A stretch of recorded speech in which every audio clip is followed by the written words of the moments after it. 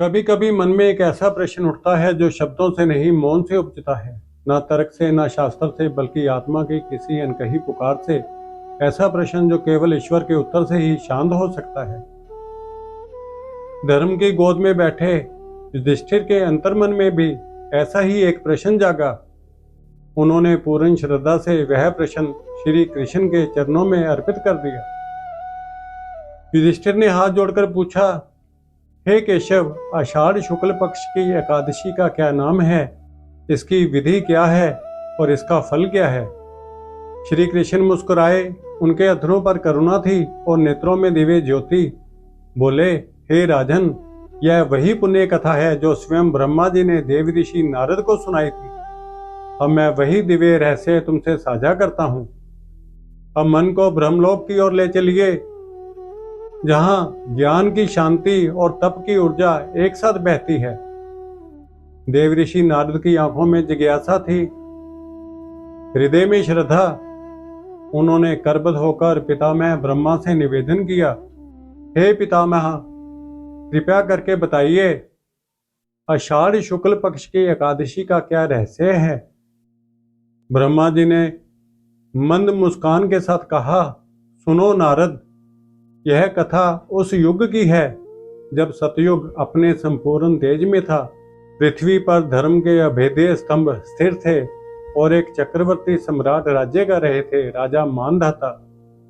राजा मानधाता, जिनकी आत्मा धर्म में रमी थी, जिनके विचार सत्यव्रत थे और जिनकी दृष्टि न्याय से आलोकित थी। उनके राज्य में धर्म के चारों चरण प्रतिष्ठित थे।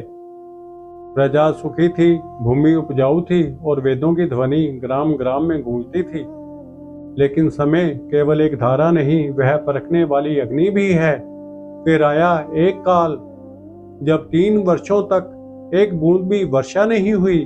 धरती सूख गई, यज्ञ थम गए, व्रत मौन हो गए और भूख की आहट हर ओर गूंजने लगी। सभा में प्रजा कराह उठी, हे राजन, क्या धर्म की छाया में भी दुख उग सकता है?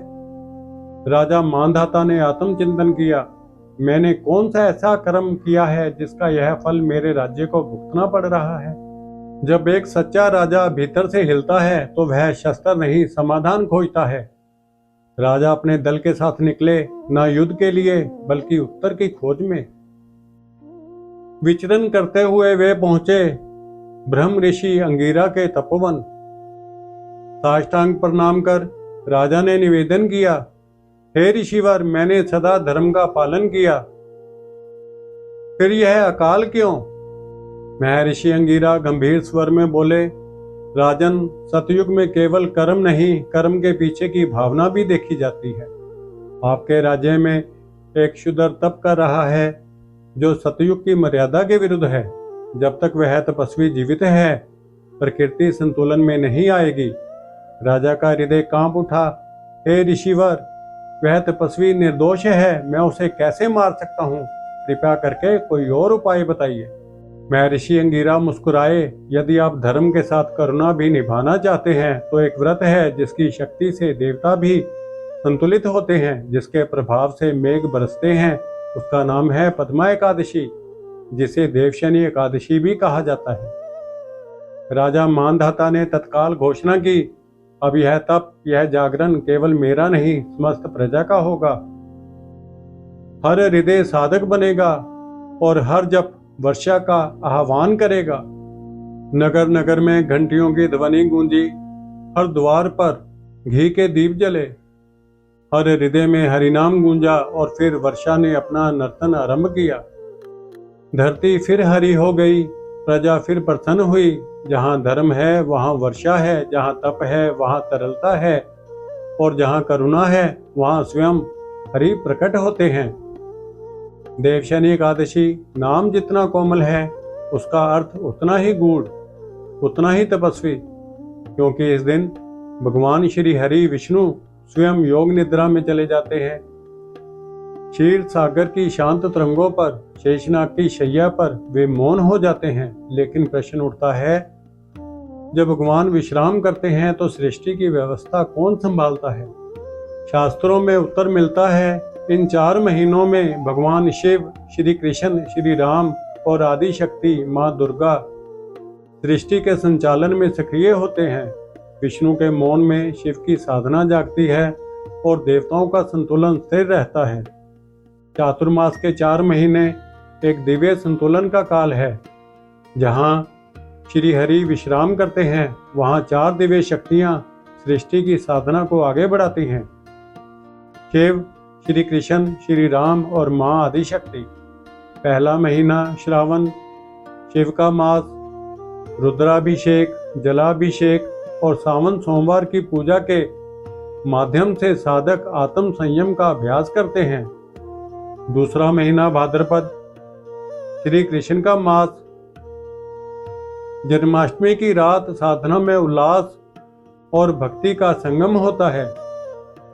तीसरा महीना आश्विन, श्री राम का मास, शारदीय नवरात्रि और विजयादशमी के माध्यम से मर्यादा पुरुषोत्तम श्री राम की लीला और धर्म की विजय का उत्सव मनाया जाता है। चौथा महीना कार्तिक, माँ आदिशक्ति का मास, दीपदान, तुलसी विवाह, शरद पूर्णिमा और प्रबोधनी एकादशी सभी इस माह में आते हैं। चातुर्मास में संयम की भावना को निभाने के लिए कुछ विशेष नियम बताए गए हैं। विवाह, गृह प्रवेश, यज्ञ आदि मांगलिक कार्य वर्जित माने गए हैं। भूमि की खुदाई, नए निर्माण और लंबी यात्राओं से बचना चाहिए। मांसाहार, मद्यपान, लहसुन, प्याज और तामसिक आहार से पूर्ण वृत्ति रखनी चाहिए। कठोर वाणी, चंचल चित्त और असंयमित व्यवहार का त्याग करना चाहिए। यह समय है जब साधना की लौ भीतर जलती है और चेतना का स्वर मौन में गूंजता है। व्रत के दिन विशेष रूप से इन कार्यों से बचना चाहिए। क्रोध, छल कपट, अपवित्र विचार और किसी का दिल दुखाना वर्जित है। दिन में सोना, झूठ बोलना, जुआ खेलना और अंधेरे में भोजन करना, इन सभी से बचें। अब वही तिथि हमारे सामने है, 6 जुलाई 2025, रविवार, देवशनी एकादशी। एकादशी आरंभ 5 जुलाई शाम 6:58 से। एकादशी समाप्त होगी 6 जुलाई रात्रि 9:14 पर। पारण 7 जुलाई प्रातः 5:29 से प्रातः 8:16 तक। व्रत कैसे करें? ब्रह्म मुहूर्त में स्नान करें, तन और मन दोनों की शुद्धि के साथ। भगवान विष्णु को अर्पित करें तुलसी दल, पीले पुष्प, मौसमी फल और आस्था से भरा हृदय। उपवास रखें, निर्जल या फलाहार जो संभव हो, लेकिन संकल्प अडिग हो। रात्रि में दीप प्रज्वलित करें और करें विष्णु सहस्त्र नाम का पाठ शांत मन से, श्रद्धा के स्वर में। यह उपवास केवल शरीर का नहीं, आत्मा का होता है। और पारण वह क्षण है जहां मौन संकल्प से पुनः जीवन प्रकट होता है। आज की पुकार भीतर की ओर, जब संसार की दौड़ थका देती है, जब मन बार बार विचलित होता है, तभी आती है यह पुकार। अब थमिए, भीतर उतरिए, हरि को स्मरण कीजिए। एकादशी केवल एक तिथि नहीं, यह वह द्वार है जहां से चातुर्मास की साधना यात्रा आरंभ होती है। अब प्रश्न यह है, क्या आप उस द्वार में प्रवेश करेंगे? यदि हाँ, तो जानिए इस दिव्य दिवस की शुद्ध तिथि, व्रत विधि और मुहूर्त। देवशनी एकादशी 6 जुलाई 2025, रविवार। तिथि प्रारंभ 5 जुलाई शाम 6:58 पर। तिथि समाप्त 6 जुलाई रात्रि 9:14 पर। पारण का श्रेष्ठ मुहूर्त 7 जुलाई सुबह 5:29 से सुबह 8:16 तक। चातुर्मास आरंभ, संयम, मौन और आत्म साधना का दिव्य काल। अंत में एक आत्मीय निमंत्रण। यदि आप व्रत कथाओं की गहराई, पूजन विधियों की शुद्धता, मंत्र साधना की शक्ति और आध्यात्मिक जीवन की यात्रा को और जानना चाहते हैं, तो कृपया संजीवनी धारा चैनल से जुड़िए। इस वीडियो को साझा कीजिए ताकि यह संदेश हर उस आत्मा तक पहुंचे जो इस चातुर्मास जागना चाहती है। और कमेंट में अवश्य लिखें, मैं जाग रहा हूं, मैं जाग रही हूं। जब सूर्य डूबे और दीपक की लौ थमे, मन की थकान जब प्रभु के चरणों में विश्राम ले, तब याद रखिए, यह व्रत केवल तिथि नहीं, एक अवसर है। इस बार साधना केवल नियमों की नहीं, आत्मा की पुकार की हो। इस बार का चातुर्मास भीतर उतरने का हो। जो चातुर्मास में जागा, वही जीवन के रहस्यों से भी जाग गया। हरे कृष्णा।